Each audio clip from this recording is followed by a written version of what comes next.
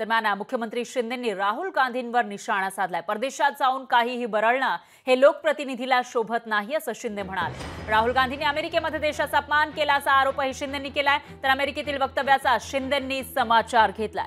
दरम्यान मुख्यमंत्री शिंदेंनी ट्विटरवरून नेमकं काय म्हटलंय ते बघूया।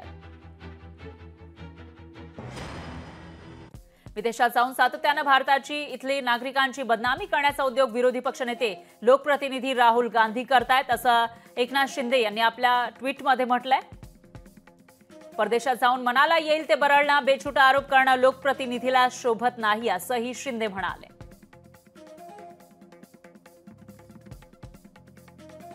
मात्र बोलताना त्यांनी काँग्रेसचा आरक्षण विरोधी खरा चेहरा उघड केला असंही शिंदेंनी म्हटलंय। आरक्षण संपवण्याचा मनसुबा काँग्रेसचे नेते राहुल गांधींनी अमेरिकेत व्यक्त केलाय असंही मुख्यमंत्री शिंदेंनी म्हटलेलं आहे।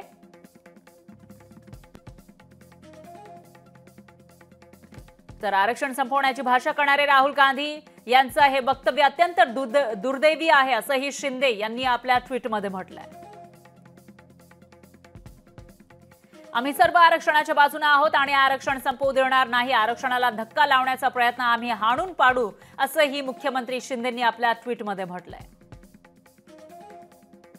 तर आपला देश ही फेअर प्लेस नाही असं परदेशात जाऊन बोलणं हे भारतामधील नागरिकांसाठी अत्यंत अवमानकारक आहे असंही शिंदे पुढे आपल्या ट्विटमध्ये लिहित आहेत। राहुल गांधी हे परकीय मानसिकतेलाच धार्जिणे आहेत हे या निमित्तानं सिद्ध होतं असंही शिंदेंनी लिहिलंय। तर अनेक सर्वसामान्य भारतीय विद्यार्थ्यांनी जागतिक पातळीवर आपल्या बुद्धितेजानं लोकांची मनं जिंकलेली आहेत असं पुढे मुख्यमंत्री शिंदेंनी आपल्या ट्विटमध्ये लिहिलंय।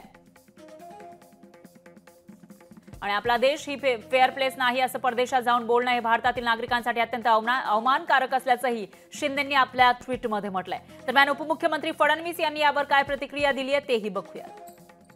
राहुल गांधींचा आणि काँग्रेसचा खरा चेहरा हा परदेशातल्या त्यांच्या वक्तव्याने समोर आलेला आहे। राहुल गांधी स्पष्टपणे आरक्षण संपवण्याबद्दल बोललेले आहेत।